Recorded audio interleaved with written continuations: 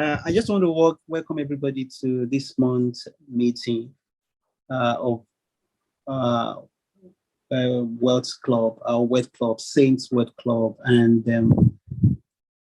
the objective is want to create wealth so that we can solve problems. There are so many problems, problem of poverty, inequality. Want to create wealth. And we know that when we create wealth, we are going to have the capacity to be change agents and to be one of those that can solve problems. And we started having our meetings in January. So today we're going to have our meeting.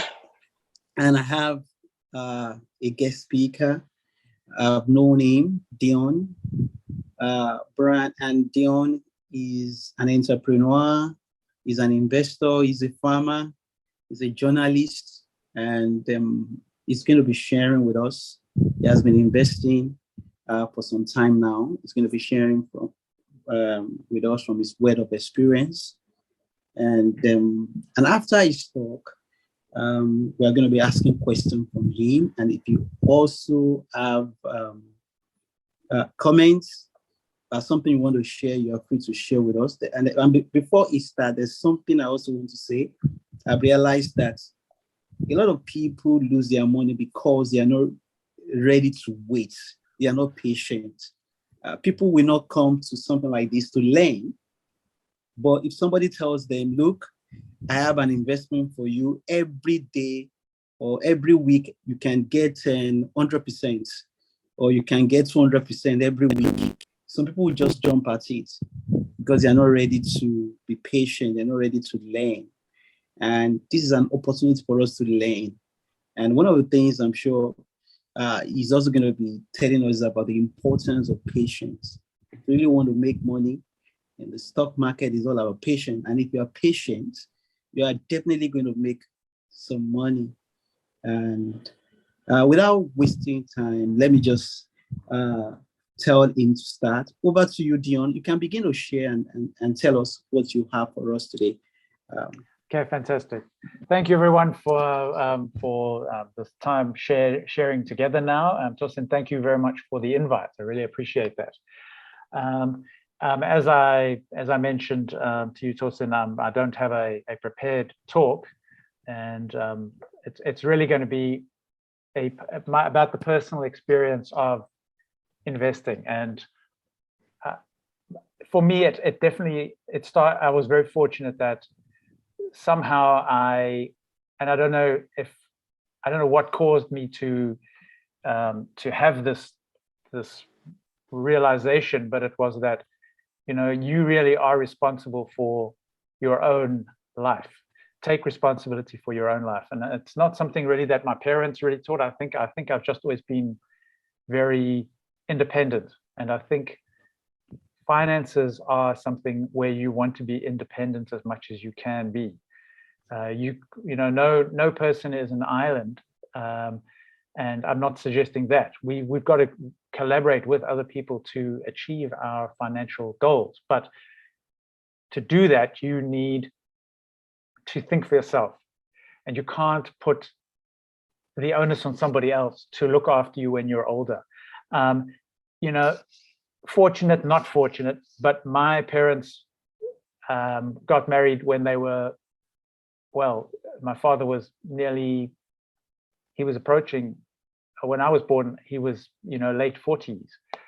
And I think maybe that also gave me a worldview that is a little different than maybe if I'd been born when they were in their 20s.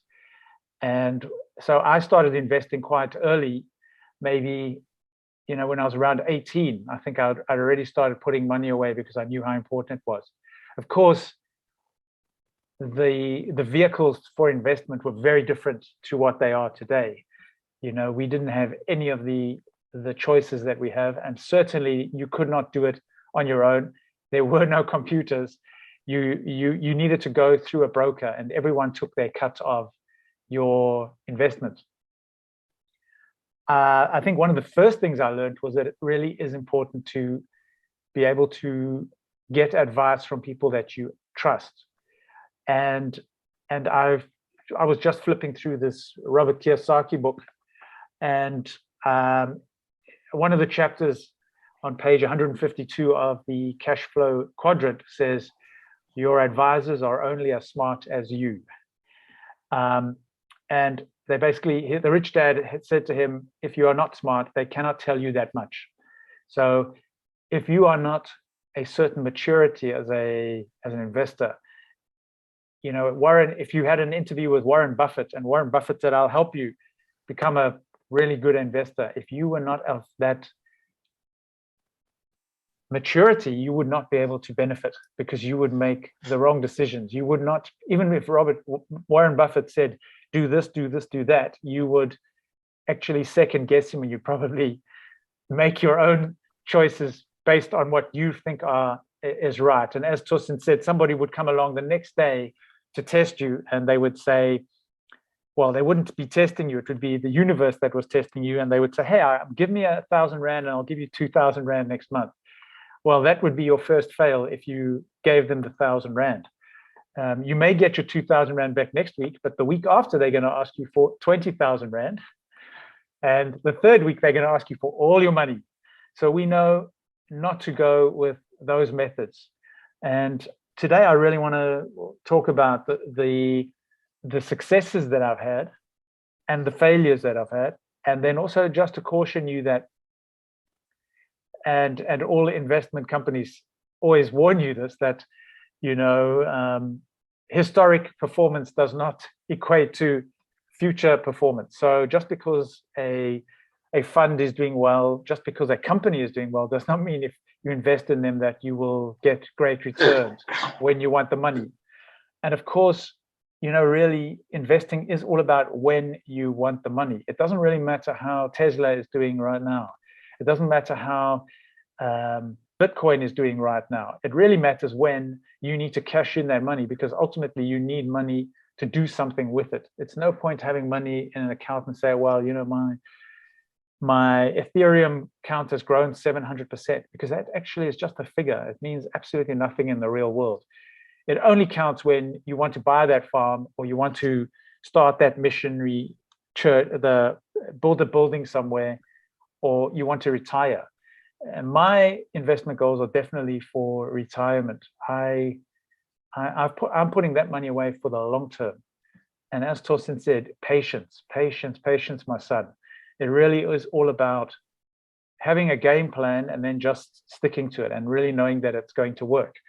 And we never stop learning. And the way I say that from actually, well, I wouldn't say bitter experience, but I say that from very real experience. And recently, and I will show you that when I go onto the screen now. But you really want to protect your money. The first rule of investment is don't lose your money. It seems fairly obvious, but the reality is, once you give your money to somebody else, it's out of your control until you ask for it back. Hopefully, you will get it back. So for me, the first rule is definitely go for is to not lose your money, and then to make sure that you give it to people who know what they're doing, and that have your goodwill at heart. It's so easy to get caught up in scams. So always be very aware of those, whether it's gold, whether it's cryptocurrencies, or whether it's traditional investing. Today, I'm really going to be talking mainly about the stock exchange. And for me, the reason is I'm not a professional trader. I have no intention of doing that. I'm not all that interested in how it all works. I just want to be confident that my money is as safe as it possibly can. Now, we know that all kinds of black swan events can come along and knock things down. For example, if you had money invested in Russia right now or in the Ukraine, you would probably not be sleeping all that well right now. However, in 10 years' time, the situation could change considerably, and it might work out well for you. So the real thing in investing is to not be emotional about it. you've got to be unemotional as far as you can be. And I'll explain recently why I say that. Recently, I lost money because I was emotionally connected to a fund. And I had been warned that I would probably do something stupid like that by a very sharp investor in the US who his name is Jim Collins, and his advice really was put your money into the S&P 500. I know that Tosin, your hero, Warren Buffett, one of your heroes, has also said he would do that if he only had one vehicle to invest it in. And it really is a no-brainer.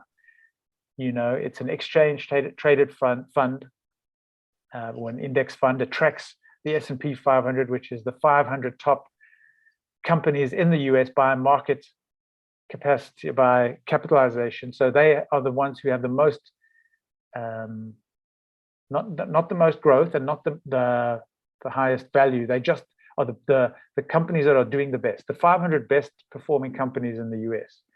And it really is a no-brainer.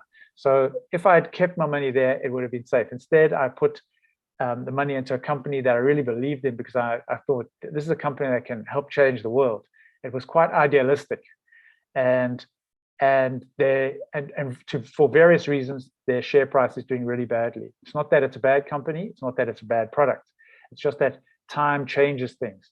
So we do live in a world that is so rapidly changing now. It's got to the point where, you know, from month to month, something new could come along and knock out all of the existing paradigms that we think are safe as houses, to use a cliche. But unfortunately, you know, nothing is 100% certain anymore. And so I'm not here to tell you about any 100% certainties. I'm just really going to give you some guidelines.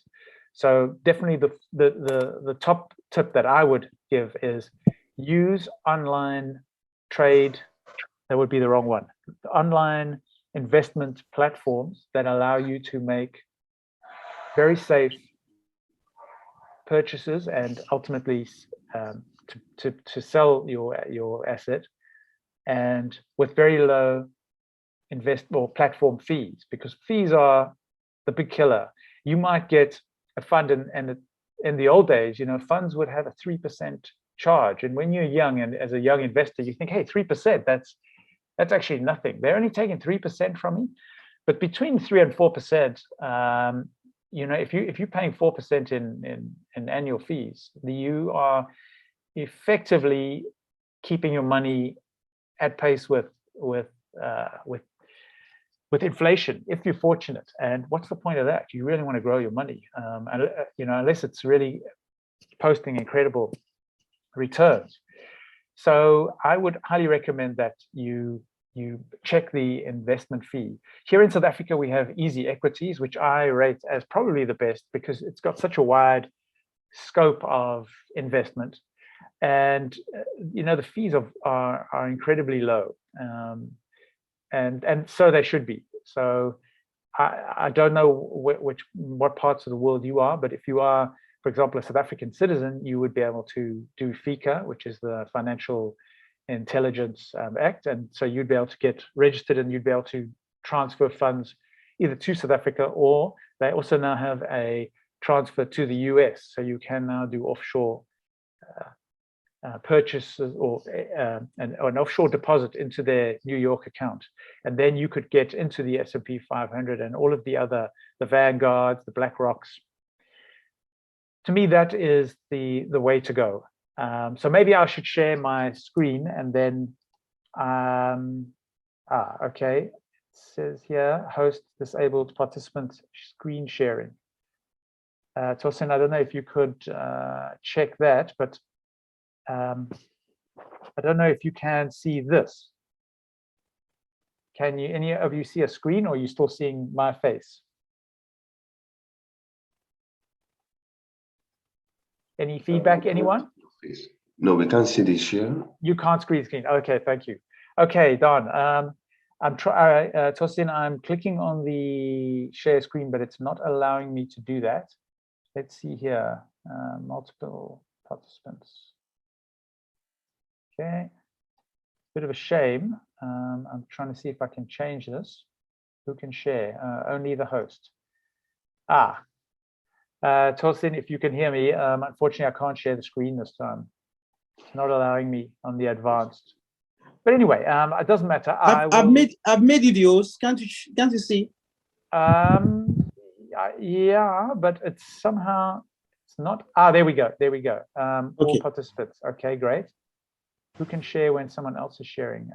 Okay, let's see here. Let's see if you can share. Okay, you've started sharing. Okay. Oh, great, fantastic. All right, so now I'm showing you nothing confidential here. I'm showing you a demo account. So this is the back end of the Easy Equities platform, and you can see there's a demo ZAR, which is South African Rand, and a demo USD, and I'm not sure why it's not allowing me to switch that. But anyway, the thing I like about this is that it allows you to get play money and then invest it. So hopefully you can still see this part of the screen. But these are shares that I bought a long time ago. And when I say bought, quote unquote, and here you can see how you can easily, I'm gonna have to just unshare quickly. Okay, there we go. Let's go here.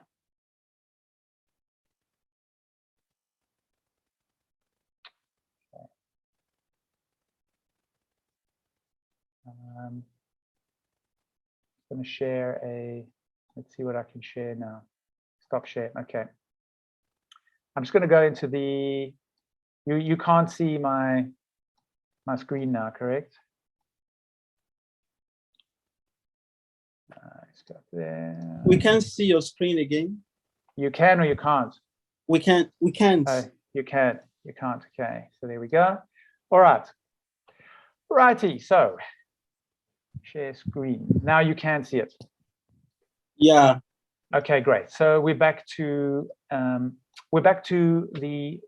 demo. So as I said, this is a good way before you actually start trading, and maybe whichever platform you use, you would be able to do the same thing where you could actually go and see the different funds and then actually make a few non-real world investments.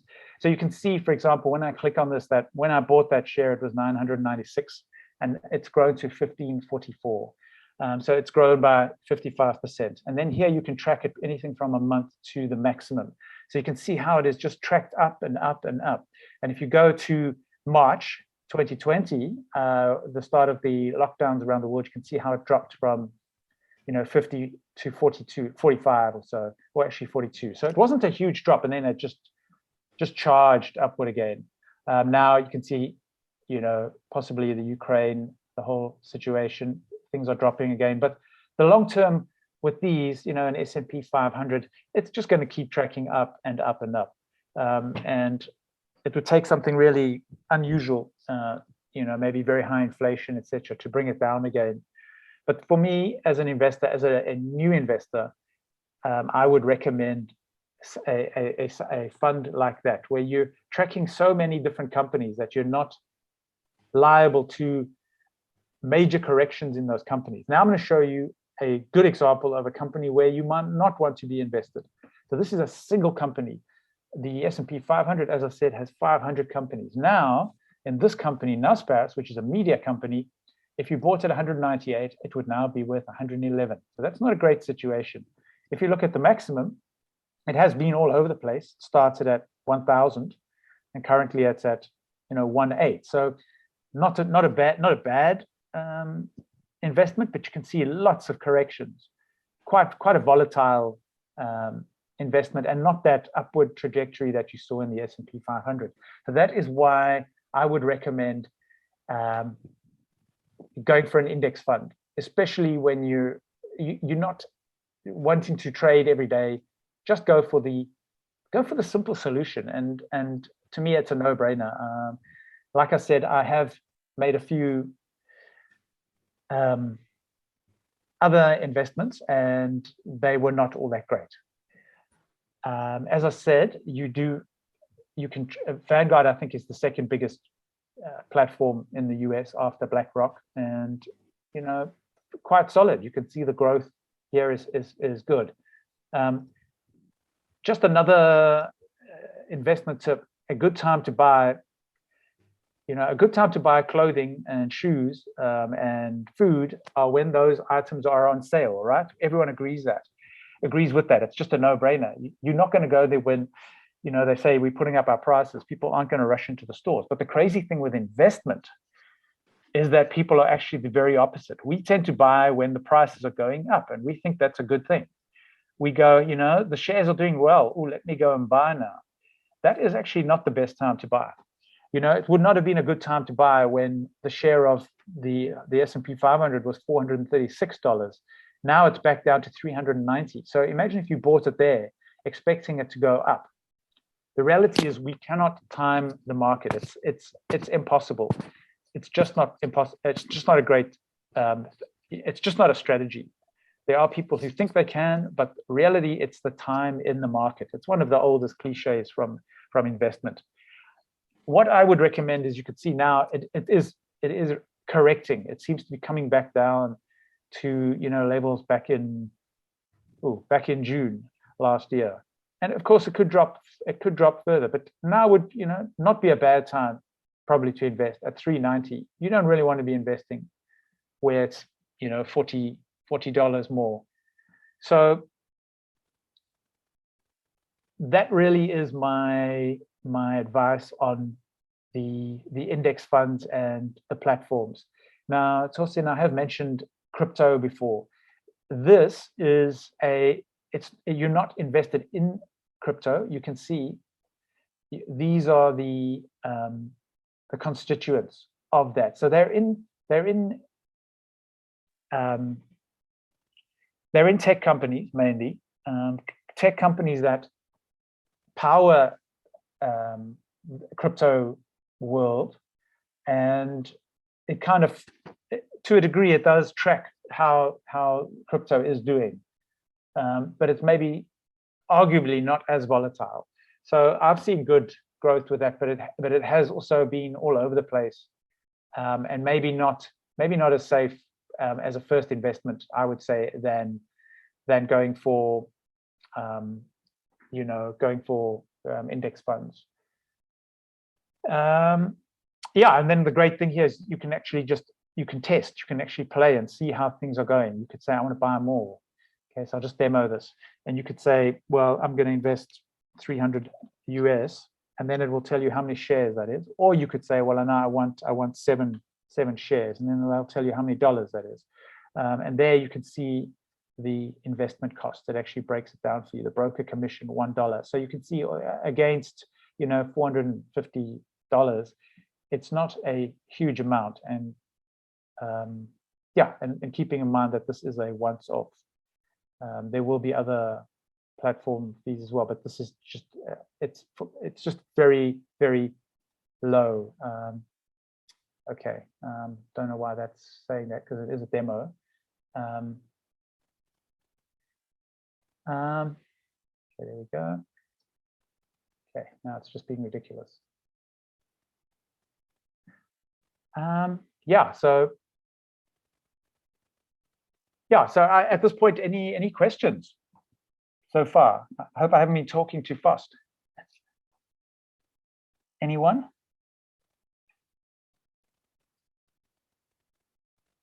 Can anyone hear me? Is anyone still there? Yes, we can hear you. Anyone still there? Right, yeah, Tosin, any questions from you at this stage, Doctor? No, I think what you've said, I've understood everything, that S&P 500 is one of the safest way to invest instead of just buying individual stocks. And I've also learned my lesson. You mentioned the case of Naspers. Naspers has not been doing well, recently, and because I also have it. And for me, I've not been invested in S&P 500. I didn't know these easy equity routes before. Yeah. So now I think it's one of the things I'm going to really start doing. Investing S&P 500 is, like you said, there's no brainer. So one should really look into that. Yeah. Correct. Definitely. To me, it's all about set and forget. You really just want to, you know, for me, I'm in it for the long haul. You know, I'm thinking of this money needs to grow for the next 20 years. So I see things changing, and I'm not worried with the S&P 500. Of course, you know, all of the predictions that people have made about stock markets being wiped out, and I mean, those could come to pass, but history hasn't shown that. History has shown that the stock markets keep growing. Yeah, of course, that causes all kinds of social and environmental problems. The way capitalism, we know capitalism has many very good attributes, but also some very bad ones. So that's something that each investor has to decide for themselves as well. I just wanted to show you this. Beyond Meat is a company that does, you know, a meat replacement. It's a fake meat. It's an alt meat. It's an alternative meat. So, you know, it's made from various plant constituents. And I really, as somebody who really loves this planet we live on, who really loves nature and loves animals, I just think the way we are treating animals in factory farms and in this modern agricultural system is absolutely shameful. And yeah, I think that in 100 years, people will look back and go, man, those people were savages. Just like we look back 100 years and go, you know, slavery and, you know, death penalties and the Second World War and just how crazy human beings have been. I think we're going to look back and go, you know, they did what? And I really think that these alt meats are going to become really big, not only from a moral and from an ethical point of view, but also from just an ecological, absolutely have to do this point of view. So I just wanted to show you that this was my lesson recently in the single hero company, you know, the Apple shares bought in 1979 mythology, that, you know, a company like this could go to zero. That's the scary thing. When you invest in a single company, there is no rule that says you will get some or all of your money back. You're on your own. And so I bought shares in this company probably about a year ago, not there, but maybe around here. And so you can see how it's dropped and dropped and dropped. And like I said, this is a good company and no doubt really well run, fantastic products. They're collaborating with various other companies. I think they collaborate with KFC. They've gone into China. They've done all kinds of replacement meats, and it's great. And, you know, applause, and that's great. But the fact is that the situations change. So when, for example, people bought it at, you know, $87 or so, and it climbed to 220, you know, that was on the back of there not being many competitors. That was on the back of there being no pandemic. That was on the back of meat producers not actually going, wow, we need to get into this plant-based meat because it's starting to, you know, shake the foundations.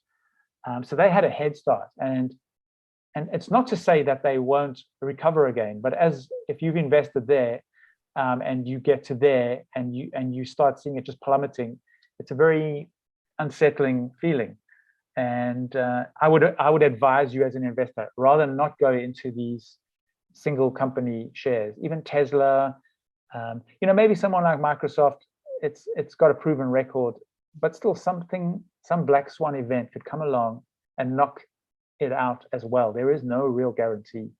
I would rather be invested in 500 companies that are doing really well. If the 500th starts underperforming, it will drop away, and another company from that was previously below the 500 will then come in and to take their place. So to me, that's a no-brainer. So yeah, that's really my most important message, that diversify.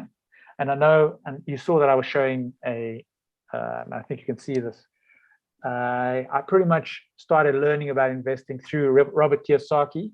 He is, he's got a very different message now than he had then, but I think the fundamentals are still sound, and that is there are different kinds of investors, different sophistications of investor. And I am the bottom rung. I'm the simplest denominator, and I'm happy with that because I just want the money that I've saved. I want it to be protected. I want it to be safe. When I do need it, I want it to be there, and I want it to be available in a day or two. And that's what platforms like this allow me to do. When I started investing, it was very different. You gave your signature to a broker who then did all the paperwork for you. And you didn't know this, but he was basically taking all of your contributions for the first year, maybe more, to pay his commission. So if you were paying, say you were putting in, back in the day, 300 Rand a month, 300 units, that would have been 3,600 units for the year. He would have taken those 3,600 units, not directly, but his company would have paid him them, on the grounds that you would still be investing in 2, 3, 4, 5, and 10 years until the end of that term. He could have that money deducted if you decided to actually sign up, but you would probably be hit with a penalty as well. So those were not really good days. Today we have a wealth of opportunities, but on the downside is we don't have an advisor to say, just be careful about this. That is both a good and a bad thing, because advisors tend to be brokers who have self-interests, and they're always going to tell you this is a really good deal. However, having said that, I'm really glad that I did start investing with those options back in the day.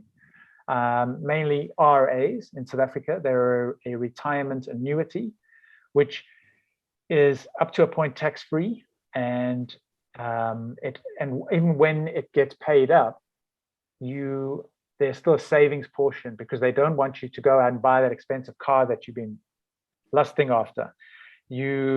They want you to exercise restraint because we get old, right? And when we get old, we need help, and help costs money. So when we're young and strong, we don't really think of those things unless we're watching our parents very carefully. And as I said, my parents have been really good teachers to me, and not only in the things they say, or what my father said, but also what they do, and to see what is happening to your parents, because they're so many years ahead of you. And I would recommend that you definitely listen, speak to your parents about investing as well, and just show them the respect that's due to parents, and definitely educate yourself, both by reading books like Robert Kiyosaki's several that he's published, and many others that are more updated as well. And of course, there's a lot of advice online, but just be careful before you click the contact me. Just be aware that some people are very unethical, and that stands, it's just plain common sense. But unfortunately, as I say, common sense goes out the window when we get emotional about things. And normally we get emotional about things that are very high yielding, the promise of high yields. The fact that it's going to yield X amount in a year means nothing if you're a long-term investor. If you're going to go for short-term investing, then don't go for investments like this that are very high volatility. And if you're saying you're going to put money into the S&P 500 and you want to grow it, and you want to take it out in a year's time, you don't know what's going to be happening in a year's time. So that's not a good investment. There are safer investments. There are call accounts, and there are 32-day and bonds, etc. So research very well, and don't take my advice here as being applicable to you, because it may not be applicable to you. You might not be a 54-year-old person who is trying to simplify his life, has saved money, and is now trying to manage his life. You may be in your 20s or 30s, and then you want to be earning money and you want to be growing your money. But definitely, if you've got the long view, I would say, platforms like the ones that I've mentioned would be very good. Any questions? Yes. Someone has a question. Okay. I saw Dr. Adeboye. Yes. Yeah. Yeah. So the first question I have, what you've shown is like they are quoting the money in dollars. Yes. With regards to the easy equity. Yes. Does it mean that it's a US-based company, or they just chose to quote their piece in versus rand? Yes. Okay. Thank you for asking that question. It's a very good question. This company is a South African company, and it is run by South Africans in South Africa. And the way they have done this is they have an account in New York with Citibank. I think it's Citibank. And you can, as a South African, once you've done your financial due diligence, gone through SARS, etc., and you've got to send documents, ID documents, you can then transfer money through them. And the way you do it is you put money into your South African account. So you do a normal EFT into the South African account, and then that money can then be transferred. You decide at what point it gets transferred, and it's a 0.5% transfer fee, which is really low, because I've used third-party transfer companies before, and they were typically charging 1%. And if you asked nicely, they might reduce it to about 0.7%. So to me, this is a real no-brainer. You can literally do the transfer. It's not in real time, but if you decided that you wanted to take money offshore from South Africa, as long as it's within your 1 million rand, you have a 1 million rand limit per year, which I don't know too many people who are going to have a problem with that. You could do the transfer, and it would go through, and it would probably be in the US account within 24 hours. I think my money, when I recently transferred, was in there very, very quickly. So they show it in US so that you can see what the going rate in the US is. But on the South African side, it's all in rand. So it's, then you can just do, obviously you can do your conversions. And then just to show you here, exchange traded notes, I've never used those. Exchange traded funds are the ones that I always use. So you can see in the US, these are the ones, and you can see it's extensive, 4 pages. But as you can see, some of them are extremely focused. And my appetite for risk is not there, because what happens if the lithium and you can only imagine that battery tech is going to be going up and up and up, but you just never know. Maybe something else comes along and lithium batteries are obsolete. What happens then? So I would always stay with the others. Let's just go back. So the vanguards are quite, but of course it's just a huge range. But energy is of course a massive thing, but you can see the volatility as well. That happened at the time of the pandemic, and it has recovered, but it has taken a long time. So that would be my advice. Just keep it simple. Really keep it simple. And of course, I'm not saying put all your eggs into one basket, put all your money to S&P 500. By no means. You've got, wherever you live, think of splitting your money so that you've got money locally and offshore. But I just think that it's really important to have money offshore, because the dollar could well appreciate against the rand in the coming years. That has been the historic direction, so it makes sense.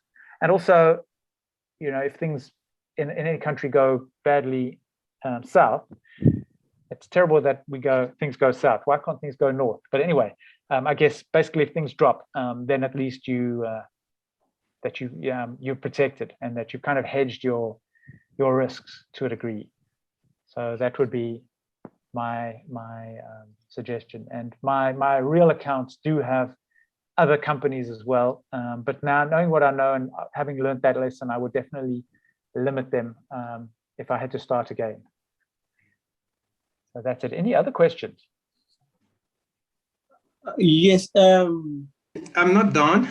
Yeah. Okay. You can continue. Yeah. So. Oh, sorry. Yes. Yeah. So. So does equity work like Satrix? Yes. Sorry that I didn't mention Satrix, but 100%. And I actually do have Satrix, and I should have mentioned Satrix first because I started with Satrix, and I still have money with Satrix, and I like Satrix. And Satrix started. I just did some research. I see that they started in 2000, which is quite remarkable. I think I'm just in the wrong funds here now. Let's just go here. Oh yeah, there we go. It's probably going to be, it might be in bundles. And Satrix definitely a really good one to go for. Yeah. Doctor, are you with Satrix? Yeah, I have some things in Satrix. Okay. So yeah. The other question, so I know that Satrix has a number of indexes and they track different. So what you've shown us also are just indexes that easy equity tracks. Is that the case? Yes, so the Satrix 40, for example, is the most popular ETF in South Africa, and for good reason. It has performed very well over the years. So there we go. Yeah, let's just have a look at that. So that tracks it'll track companies across all indices. So you can see back in 2014 the value was 45, the share price. It's gone up. It's kind of a moderate, just a steady growth, and then it did of course drop in the time of Corona, in the lockdowns, and then the others are, there's the RAFI and the others. There are a whole range of them, which I've only invested in. I think I might have in Finny, yeah, I see just all of them show that plummet in 2020 and now building up again just steadily. So this is really for long-term investors. Even 8 years, you can see it's kind of only gone back. Hold on, please. Hold on, please. I want to change to data because we're going to have load shedding it. Let me quickly change to data. Yes. If peradventure you are locked out, please try and come in again. Let me quickly change to data. Sure. Sorry, Professor, just to say that maybe it's 7 minutes to go. I will lose power here if there's load shedding anyway. So okay. Maybe we should just get some questions and then just wrap it up if we've got some time. So the last question is the S&P 500 easy equity and that of Vanguard. What is the difference? Yeah, so they are, you're not, because you're not an American citizen, or I'm assuming you're not. Sorry, I'm not an American citizen, so I can't invest directly in the S&P 500, and I can't invest in Vanguard because if you go to the Vanguard site or the BlackRock one, you'd find that you need to be an American citizen. So because obviously they're trying to avoid money laundering. So for me, the only way to do it is through that way. So it is tracking it. It's just that the fees will be higher. Like if I was an American citizen or you were an American citizen, I think the fee for Vanguard is 0.5%. It might even be lower than that. So it is very low. Whereas with easy equities or with Satrix, you will be paying slightly more, but still, it's the best of a not so perfect situation. So, I'm not going to complain about that. Any other questions? Now, if there is chance, I want to ask you about farming, but let me leave the floor for to ask questions. Continue. Okay, sure. Okay, let's, Mr. Sonia, Brother Sonia, can you quickly ask your question? I'm just hoping that they won't. I think we still have 5 minutes more. Yeah, I wanted to ask about the investment fee. Like I said, should I invest in lump sum or invest as I go? Like if I have little, Motley. I can put wherever I want, or I should just put them together and invest once and for all to avoid paying the fee time and time over. Yes, that's a very good question, and I once did ask that from a broker. For example, I have many of you may know Sanlam, which is an investment house in South Africa. It's spelled SANLAM. Now, Sanlam, I have a retirement annuity with them, and they allow you to do a lump sum for your year. You can pay all your premiums for the year.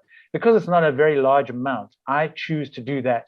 The only problem with that is, and if I can just show you this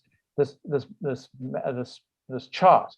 Let's say you're thinking about investing, and it's coming up to the anniversary to do your payment. And let's say you're about here, and then you put your lump sum in, and then what happens is it plummets like that. As I said before, it is the time in the market. But if you do a lump sum and you buy it at a certain value, that can limit the growth in the coming years. If you buy it every month, you might have bought it here, but then you might have bought shares there. So, you know, at 873, you might have been able to buy 400 shares, but because you bought here, like let's say you're doing a month by month, maybe you can only buy 100 shares there. It drops, and then you can buy 400 shares. Which is a huge difference. I'm exaggerating, of course. But then if you're doing it on a month-by-month basis, as it recovers, you'll be buying less shares, but at a higher price, but you're spreading the risk. But definitely when it comes to S&P 500, which is different because,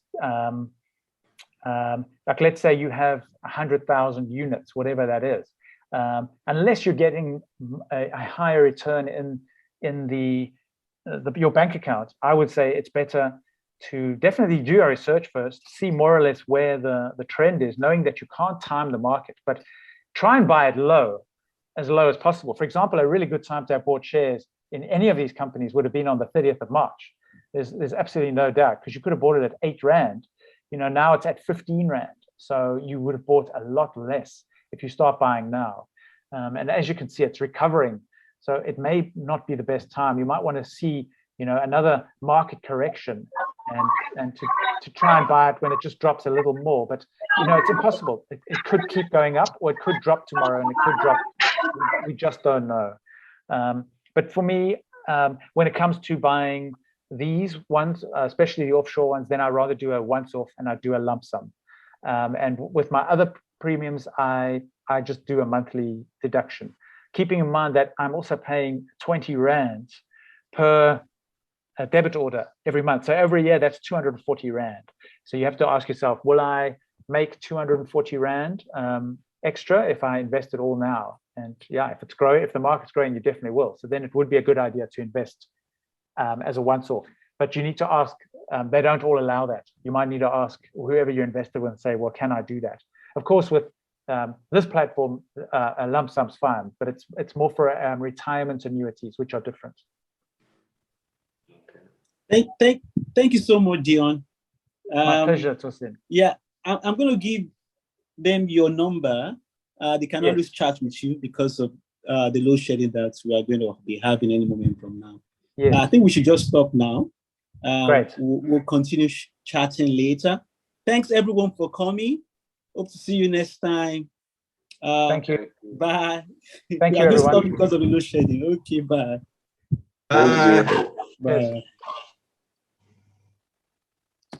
Thank you, Dion. Thanks, bro. Thank you. Bye.